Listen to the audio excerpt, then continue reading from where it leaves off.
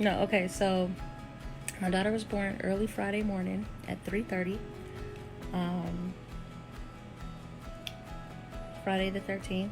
On Wednesday, the 11th, I started feeling like I wanted to do some things at home to induce labor because my cousin was in town to help me out during the birth. With my toddler, I was worried about what she was going to be doing because throughout my entire pregnancy, she maintained that she did not want to be present for the birth. Like, we would talk about it in great detail. And she was with me all up until mommy's going to push a baby out of her vagina. And what are you going to be doing? And she's like, no, I'm going downstairs by myself. I'm not going to be there. So, um, so my cousin came to town and she was scheduled to leave Tuesday the 17th or Wednesday, whatever day that was. But yeah, so on the 11th, I was like, dang, okay, we need to get this baby here. So we had a dance party. We played some pop, lock, and drop it, walk it out, two-step, and we was just having a great time getting it in. And hey, Talia. We was having a great time, and I started having some. I had been having contractions for like a month, every day, a little bit, on and off. Nothing really consistent, no consistent duration or time in between them. But I could tell that my body was warming up for the big show, so I welcomed them. But on this particular Wednesday, I started having them the evening when we were doing our dancing. And then that night, we also did an injection of castor oil with a syringe to apply it directly to my cervix so they could right thin and soften the cervix. I had read about a few different ways of inducing labor, and I wasn't interested in doing anything too aggressive. And I thought ingesting castor oil would just be too much for me because I heard horror stories about women vomiting and having diarrhea at the same damn time and doing this for hours and then going into labor. And I was like, fuck that. That's not for me. But the injection of castor oil was cool. Just squirt some up there, let it do what it does. And I think it induced a little bit of cramping, but it was nothing too uncomfortable, nothing too extreme. So that was cool. So that was Wednesday, the 11th. And then on Thursday, the 12th, I started feeling contractions at 4:16 p.m. And I was at the park with my 2-year-old on the swing, going down slides, like kicking it at the playground. And I just started timing my contractions, and they were like maybe every 8 minutes apart. And by 6 p.m., they were intensifying and getting a lot closer together. So I hit up my midwives just to let them know, like, hey, I think tonight might be the night, because this is the first time that I have experienced contractions in a pattern.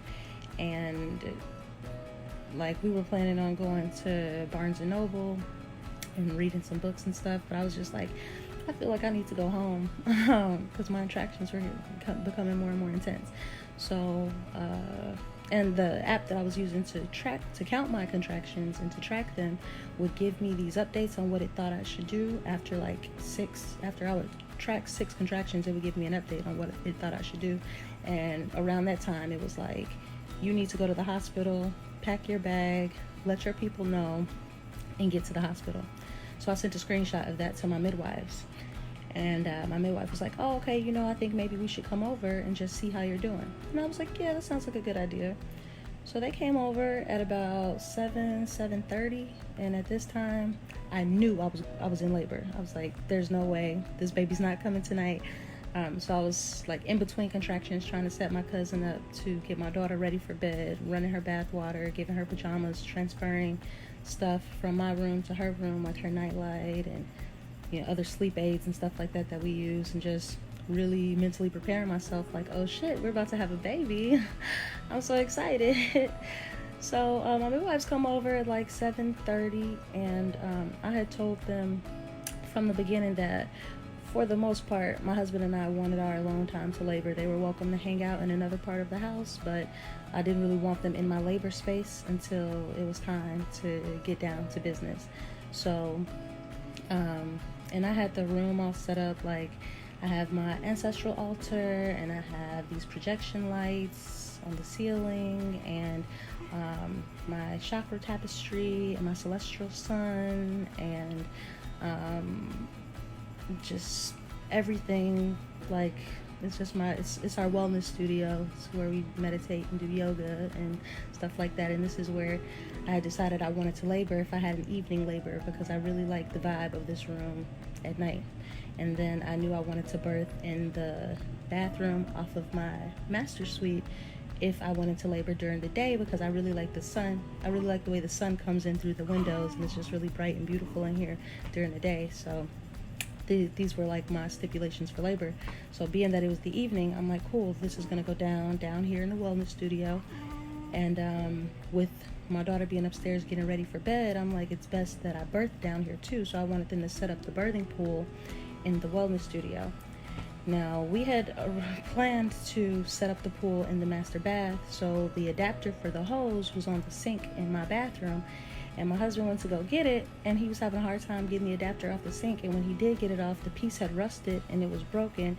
And so that was kind of like blowing me, because I'm like, this is a stupid problem to have right now. But he ran to Home Depot, got another piece, everything was cool, and I was like, okay, whew, he saved the day, you know. He made it to Home Depot and back, like in between the contraction. It felt like he wasn't gone for long at all. So the midwives are setting up the pool. They inflate the pool, and they hook up the hose, and they start to fill it up. And after the pool is like, there's maybe like 3 or 4 inches of water in it, they realize that for some reason the pipes are leaking and the floor is flooding, and we have to shut the water off. And I'm like, we don't have time for this. I don't have time for this. So they're like, okay, well, it's fine, you know, don't worry, we'll just head upstairs and you can birth in the bathtub. But I'm like, I don't want to birth in the bathtub. I don't have a birth space set up there right now. My space is down here. Like my lights and my vibes and my sounds and everything are down here. I don't want to go upstairs. My daughters sleep upstairs. But I got over that quick. Like, for all things considered, I was probably mad about that for like 5 minutes, and then I was just like, fuck it, if I gotta go upstairs, I need to hit these stairs before I'm not able to walk up the stairs. So I just ran upstairs real quick, and my husband moved my daughter from our bedroom to the guest room where my cousin was staying, and they couldn't move the birthing pool because it already had a little bit of water in it, and it was inflated in a room downstairs, so they just left it and filled up the bathtub in our bathroom. And then which is like an oval garden deep tub, so it's perfectly acceptable to give birth in. I just thought I would be more comfortable in a pool, because I wanted to kind of like lean over the edge and squat and just have more mobility and be able to feel the buoyancy of the water, and I didn't think our tub got deep enough for that. So but it was cool. It was like, all right, cool, crisis averted, you know. Now I'm back in the tub, and I'm in the water, and the water felt so good. Like, to labor in that warm water, it was like, oh, this is amazing. So I really enjoyed that part of it. And I was in the I had no concept of time throughout labor. Like, I remember asking, like, what time is it? And somebody would say 8:30, and then I asked again, and it was 12:42, and I was like, what? Like, I had no concept of time, which I had read that happens when you activate the theta brainwave frequency, which is the highest state that you can be in while awake.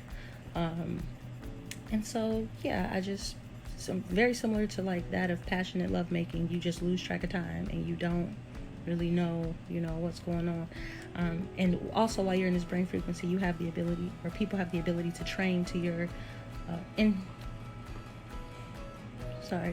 entrain to your brainwave frequency, and their heart rate might tune into yours, breathing patterns tune into yours. Like, if the people around you are open and willing, this can definitely happen. And I totally feel like it happened for me and my husband, and for my birth team as well. Like, we were all on the same page, and not a lot of talking was going on, but we were all communicating. And like, my husband would say the right things, do the right things, be where he needed to be, do what he needed to be doing, and I didn't have to tell him anything. Like, he just knew and was on it. And my midwives I didn't have to give them much instruction or tell them what to do. They were just on, like, I had a labor and delivery playlist, and it was a wide assortment of music, and at some points I would want to hear certain kind of music, and at other points I wouldn't, and I wouldn't have to say anything. Like, a song could come on and my midwife would change it because it wasn't the right song for the moment, and she just knew without me even having to say anything. So thought that was really cool. But anyway, back to being in the bathtub. Water feels great. And all the while, I am not really feeling like labor is that bad. I'm like, is this it? Like, people really make it out to be like the worst thing that can happen to a woman, or the most excruciatingly painful. And it wasn't bad. Like, at one point, I skipped ahead a little bit, but before I actually came upstairs, my midwives one of them was like, one of us will sleep here tonight, but the other one's gonna go home because this isn't really moving as quickly as we'd like to see it or whatever. So one of us are gonna go home. And this is at the time my husband and I are just in the room, and I'm laboring, just me and him, and we're holding hands and stuff. And then I had decided that I didn't want to have a loud labor. I was like, I'm not gonna be in here hollering, hooping, hollering, screaming and all of that, because I have a baby upstairs and I don't want to scare her. So and I didn't feel the need to like yell out and holler in pain. It wasn't that painful. So I was just kind of chilling. But I had started to like growl and like let out this like low, like warrior cry, almost, like just to release some energy. And that felt good, to just like kind of like claim my power and be loud in that, right? So I started making noise like that, and then my midwife that was thinking about leaving was like, it sounds like things are intensifying, let's check.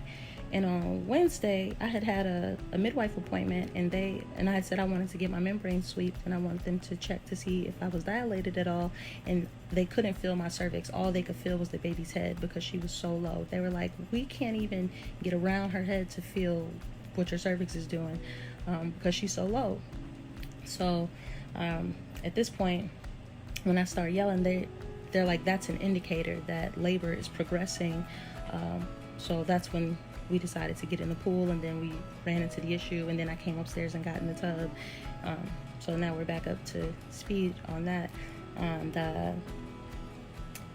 That's when and then I started getting loud, and so they decided to check me, and they discovered that I had gone from 1 centimeter to 8 centimeters within the hour. And they were like, oh shit, like, we had no idea. But that's because I had been like chilling through it. Like, it was relatively peaceful and easy, and I was good. But then once I started making noise, that's when they realized that I had actually progressed a lot in that time. They said it usually takes about 5 hours to go from 1 to 8, and I did it in 1 hour. So they're like, you're having a very effective labor. Okay. And then at this point, it got a little turbulent because her heart rate started to drop while I was in the tub. And they kept checking with the fetal monitor while I was in the water. My midwife like had her hand in the water, like her shoulder was damn near in the tub, checking for this heart rate. And they could just tell that it was slowly declining. So they were like, you know what, we need you to get out of the water, try some different positions. We want to just make sure that baby is good. And I was cool with that. I don't know how long I had been in the tub, but I was getting uncomfortable in that hard tub. And like, I was tossing and turning, and I wanted to get in some different positions anyway. So I was like, that's fine, hop out the tub. And then I set up on my bed, and I had an exercise ball, and I was like leaning over the exercise ball on the bed. And I also had a birthing stool. So I tried squatting on that for a little bit, leaning on the exercise ball, but I was most comfortable pushing on my side, laying down on my side. So after I got out of the water, we did a couple of other positions. Her heart rate came back up. Everything was cool. And then my midwives kept telling me, like, we don't think you should be pushing yet. But I wasn't really listening to them. I was just listening to my body. And my body was telling me to push. My body was like, push. So I was pushing hard as fuck with each contraction. And my midwives, kept checking. And then they're like, okay, you know what? Do you feel like pushing? It's time to push. And I'm like, I've been pushing. I know. I've been pushing. And so they started giving me some like I guess, guidance, like, okay, you know, when your next contraction starts, we're going to count to 10, and we just need you to push as hard as you can. And another piece of advice was to not make any noise. They were like, no longer release that energy, but use it to push your baby out. So silently, I would just kind of like grit down and push as hard as I could. And pushing was such a relief. It felt so good. It was great. I was like, this is awesome. I love this part of labor. Pushing was everything. I was like, yes. And so I'm trying to push her out. And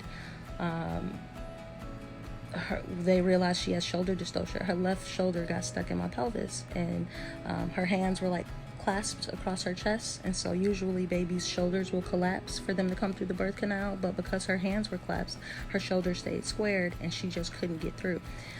And at this point, her heart rate dropped from like 130 to 60, and so that was cause for concern, and they called 911. And I can hear them telling the EMTs, like, yes, we have a mother in labor, shoulder stuck, blah, blah, blah. We need a transport to the hospital. And I was like, fuck that. I'm not going to the hospital. Like, I don't think, you know, most of you probably haven't heard my birth story with my daughter, but it was so crazy in the hospital. I was just like, that's why we didn't do that this time around. And the vibe here was so dope. Like I already explained how we were all entrained to one another. Everybody was in tune, and it was peaceful, and it was low lighting. And even at one point while I was pushing, I like stopped the show to say, there's no way I could do this in the hospital. Like I needed to be able to get up and move how I wanted to. I love that the floors are carpeted and I could control the temperature, and I'm just in the comfort of my home, you know, surrounded by people that I trust. So I was just like, I am not going to the hospital. Well, it took the paramedics about 10 minutes from the time they called to get to the house. And in that time, I was like talking to my baby, like, baby girl, I didn't know she was a girl at the time, but I was just like, baby, we have got to do this. Like, we don't want to leave here and get on an ambulance. It's going to be crazy. There's going to be bright lights. There's going to be people in a panic. They're going to be yelling at us and telling us what to do. Like, we don't want that. We need to do this right now. And I just grit down and just was like, with everything in me, and I managed to push her out before the EMTs got here. And I was so excited about that. They put her up on my chest, and I'm like, oh yes, we did it, you know, we made it. And I'm feeling around, and I feel her cord, and I'm like, oh, okay, there's the cord. And then I keep feeling, and I'm just like, where's the penis? Because I was so sure I was having a boy. And my husband was like, it's a girl. And I'm like, what? So while we're in this moment and we're just like relishing in this, the paramedics walk in, and it's 3 older white dudes, and they're like, oh, there's a baby. And mind you, it's 3:30 in the morning. She crowned at 3:31, and they are like, oh, there's a baby, congratulations, what can we do? Hey, congratulations, mom, what can we do? And I'm like, get the fuck out. Like, get them out of, we don't need you, we don't want you, thank you, but no thank you, we handled it, get out. So I start, you know, delegating, like, yo, get them out of here. I don't even want them in this space. They need to get out. And what I'm not realizing at this time is that I'm experiencing some postpartum hemorrhaging. My midwife was super cool about it. She didn't even really say anything. She was just working while all of this other commotion is going on. And then they told me after the fact, like, yeah, okay, you know what? We're going to have to give you a couple shots of Pitocin in your thigh. You're going to feel a little prick. You're losing a lot of blood. And I was like, oh, okay. And so they got it under control. They gave me 2 shots of Pitocin in my thigh and massaged my uterus. My uterus started to contract, the bleeding stopped, and they were like, cool, we got it under control. You don't need to go to the hospital, but you also don't need to move. You need to just lay there for a second. But I felt so good. I was like, I could get up. Like, I want to put some clothes on. I want to get cleaned up. Like, I want to get comfortable, get into bed. And they were like, no. And after the fact, I found out that I had lost like 750 to 800 cc's of blood, which is the equivalent to like 3.5 cups, which they said is enough to, at this point, like, my body won't My body will work harder to produce blood than it will to produce breast milk, which is one of the reasons why I'm on bed rest. It's like you need to just sit back, try not to exert any energy, and eat a full nutritious diet and support your body in doing both so that you can recover and your baby can get the nutrients that she needs. I'm like, I can't argue with that, so here I am. But ultimately that was it. Like, we had a baby at home, and it was great, and it wasn't hard, and it was after a C-section. After doctors had told me I could not have a vaginal birth because I had a C-section with my first birth, I did it, and I did it at home. So I was like so proud and empowered and felt strong, and like, y'all can't tell me shit. I did it. And it was beautiful. It was amazing. And then we have a new baby girl, and yeah, that's that. So she still doesn't have a name. We're still working on it, but yeah, recovery has for the most part been really smooth. They were very surprised. My midwife said that in every situation they've had where a baby had shoulder dystocia, or the mother had any kind of problem pushing the baby out, the woman always tears, always needs stitches, always needs sutures, and they were very shocked that I did not tear at all. I had no ripping, nothing really. Like, I felt so fine. Like, I was not sore there at all, and they were just in amazement. And I'm like, shout out to proper diet, shout out to good hydration. I drank over a gallon of water every day throughout the course of my pregnancy.